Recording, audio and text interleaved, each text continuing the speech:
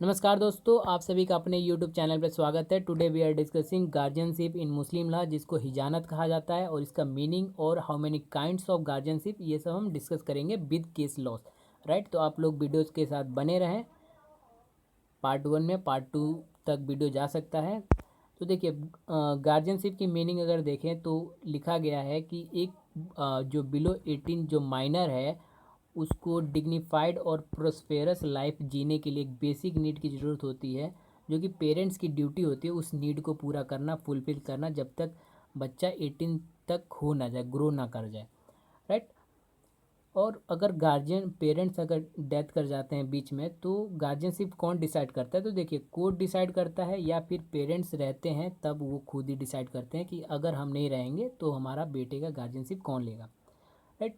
अगर मीनिंग देखें, जो हमारे लीगल लॉज के अंदर मीनिंग है गार्जियन और एंड वार्ड, जो वार्ड एक्ट है उसके अंदर जो गार्जियनशिप की मीनिंग है, a person having the care of a person of minor और हिज प्रॉपर्टी ऑफ बोथ।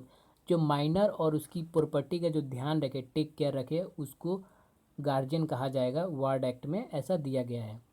तो आगे हम बढ़ते हैं कि कितने टाइप्स के गार्जियनशिप हैं मुस्लिम लॉ के अंदर। तो देखिए, मुस्लिम लॉ के अंदर 3 गार्जियनशिप हैं। पहला जबर कहते हैं, दूसरे को हिजानत कहते हैं, जो कि बहुत ही इम्पोर्टेंट है, और तीसरे का वलायत अ मल कहते हैं। राइट। तो तीसरे के भी 3 टाइप हैं, इनके बारे में हम सेकेंड पार्ट में डिस्कस करेंगे विद केस लॉज। तो पहले हम इस पार्ट में डिस्कस करने वाले गार्जियनशिप इन मैरिज, यानी कि शादी के वक्त गार्जियन कौन होगा, और माइनर का बॉडी रक्षा करने के लिए गार्जियन कौन होगा, जिसको हिजानत कहा जाता है। तो आप लोग इस वीडियो में पूरी तरह से बने रहें, पूरा डिटेल केस लॉ के साथ मैं आप सभी के साथ डिस्कस कर।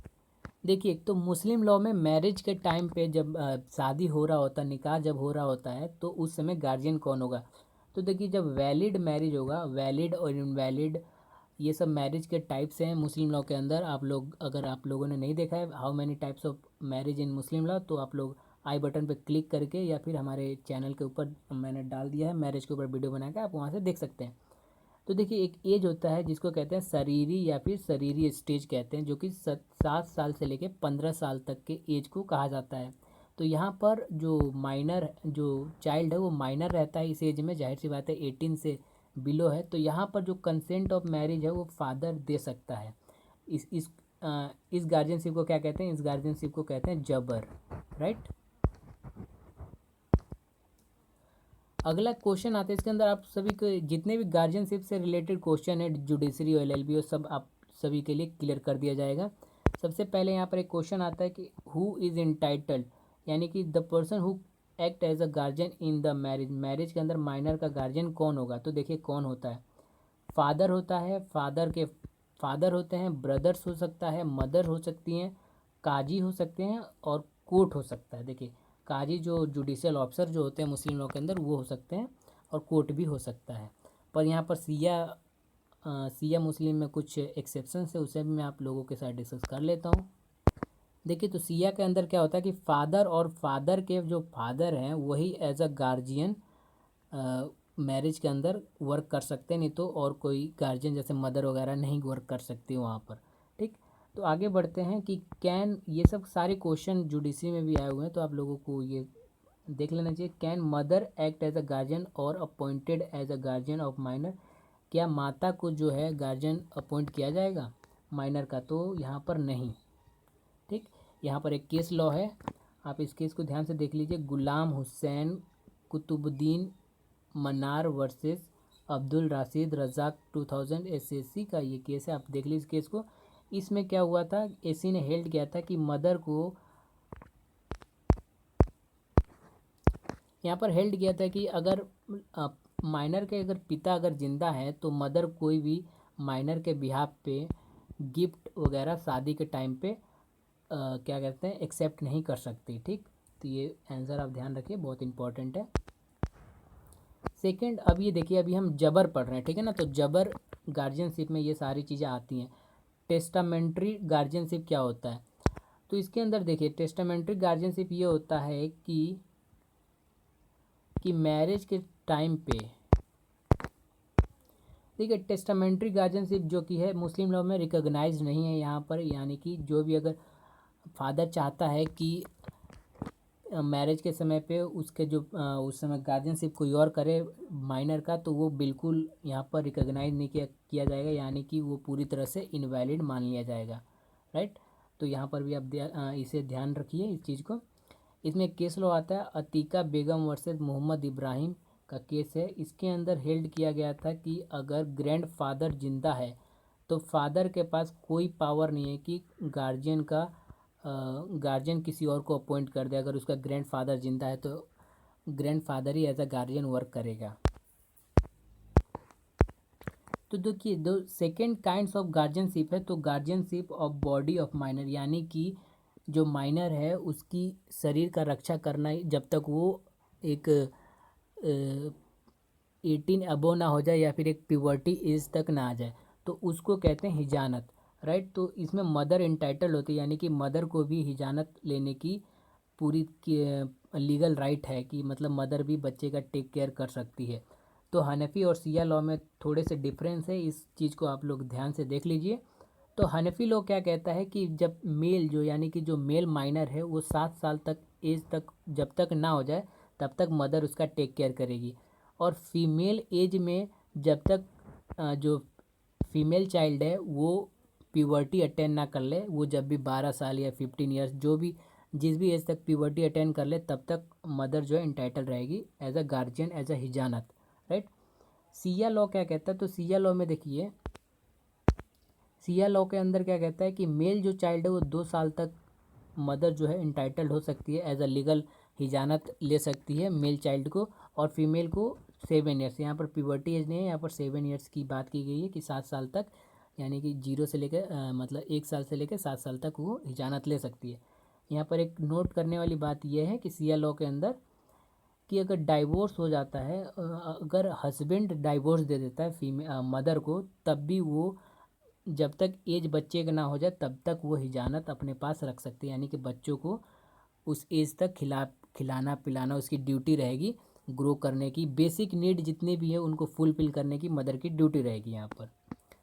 यहाँ पर एक चीज़ है, एक आप लोग एक्सेप्शन के अंदर बोल सकते हैं कि मदर को कब हिजानत के लिए कब वो हिजानत खो सकती है, यानी कि बच्चों को कब उससे छीन लिया जाएगा।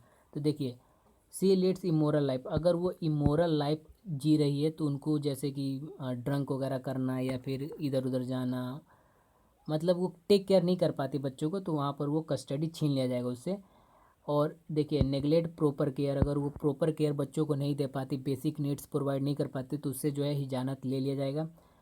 इफ़ सी री मैरिज, अगर वो दोबारा मैरिज कर लेती है तो उसके अंदर जो है बच्चों को उससे दूर कर दिया जाएगा। डिस्टेंस ऑफ प्लेस, अगर वो बच्चों से बहुत दूर है और नहीं आती मिलने वगैरह के लिए या फिर उनका टेक केयर नहीं कर पाती, तो उस समय भी बच्चों से कस्टडी जो है मदर से जो है बच्चों का कस्टडी छीन लिया जाएगा।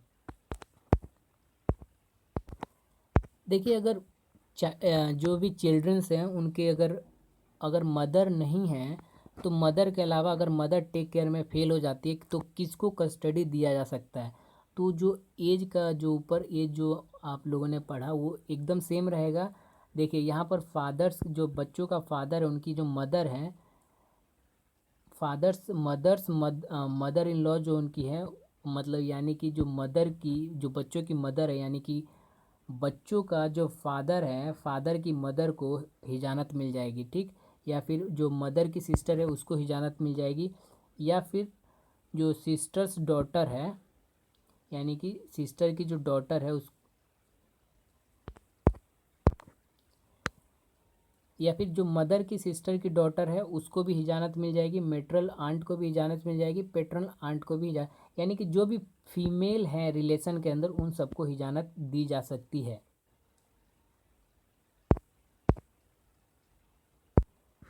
देखिए, मेल के अंदर भी यही होता है, जैसे कि मदर के जो फीमेल का हिजानत, फीमेल जो चाइल्ड का हिजानत है वो फीमेल को चली जाएगी, वैसे ही कि अगर फादर के साइड से हिजानत है तो फादर की, जैसे फादर इन लॉ सबको वो हिजानत दिया जा सकता है ऐसे टेक केयर करने के लिए।